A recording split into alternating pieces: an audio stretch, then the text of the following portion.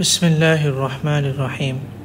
আমাদের মধ্যে এমন অনেকেই আছে যারা কিনা 5 ওয়াক্ত নামাজ তো আদায় করে, সময় হলে রোজা তো রাখে, নিয়মিত দান সদকাও করে এবং মানুষের সাথে ভালো ব্যবহারও করে।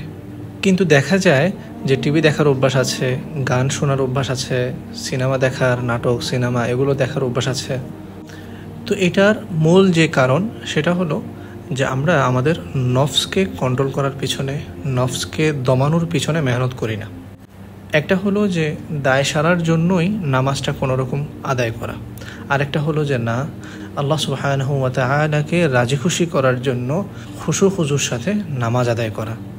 দুইটার মধ্যে পার্থক্য আছে।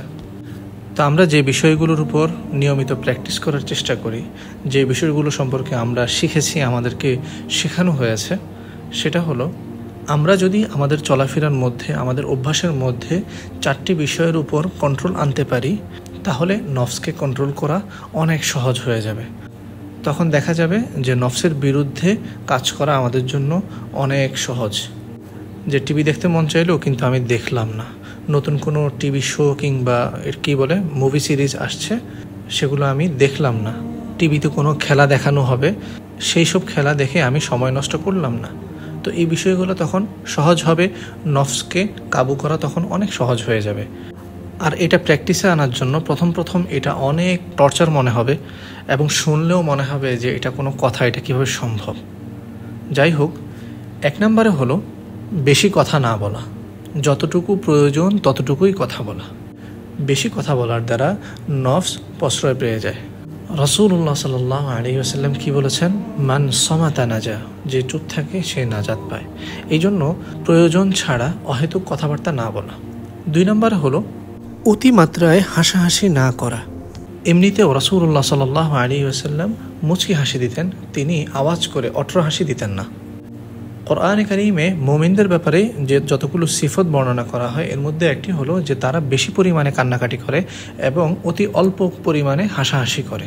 তো এই জন্য বেশি হাসাহাসি না করা।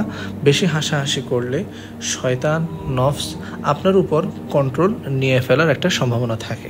3 নম্বরে হলো পরিমাণ মতো খাওয়া দাওয়া করা, অতিমাত্রায় না খাওয়া। আপনি যত বেশি খাওয়া দাওয়া করবেন, নফস তত বেশি শক্তিশালী হবে। আর নফস যেসব বিষয়ের কারণে বেশি শক্তিশালী হয়, এর মধ্যে প্রধান হলো খাওয়া দাওয়া। মানুষ যত বেশি খাওয়া দাওয়া করে, নফস তত বেশি শক্তিশালী হয়।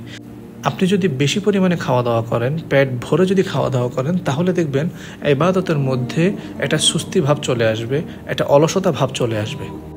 সিম্পল একটা এক্সাম্পল দিই আপনাকে। রমজানে যারা ইফতারিতে বেশি পরিমাণে খাওয়া দাওয়া করে, তাদের জন্য তারাবির নামাজ পড়া অনেক কষ্টকর হয়ে দাঁড়ায়।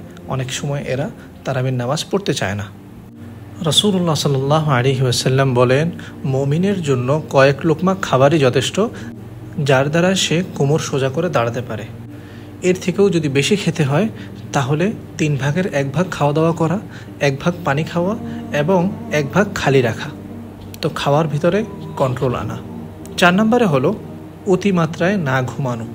আপনি যত বেশি ঘুমাবেন, শয়তান, নফস আপনার উপরে তত বেশি চড়াও হবে, আপনাকে তত বেশি কন্ট্রোল করবে। আর এই ঘুমের উপর কন্ট্রোল না থাকার কারণে অধিকাংশ মুসলমানরাই ফজর নামাজ পড়তে পারে না, ফজরের জামাতে শরিক হতে পারে না। এই জন্য শারীরিক নিড যতটুকু ততটুকুই ঘুমানো, পরিমাণ মতো ঘুমানো, বেশি না ঘুমানো। এই 4টা বিষয়ের উপর যদি আমরা কন্ট্রোল আনতে পারি, এর দ্বারা নফসকে কন্ট্রোল করা আমাদের জন্য অনেক সহজ হবে। এর দ্বারা আমরা আমাদের আত্মশুদ্ধিতে অনেকটা ডেভেলপ করতে পারবো। আল্লাহ সুবহানাহু ওয়া তাআলা আমাদের প্রত্যেককে কবুল করুন, আমাদেরকে নফসের গোলামি থেকে হেফাজত করুন এবং আল্লাহ তাআলার নৈকট্য অর্জনের তৌফিক দান করুন। আমিন।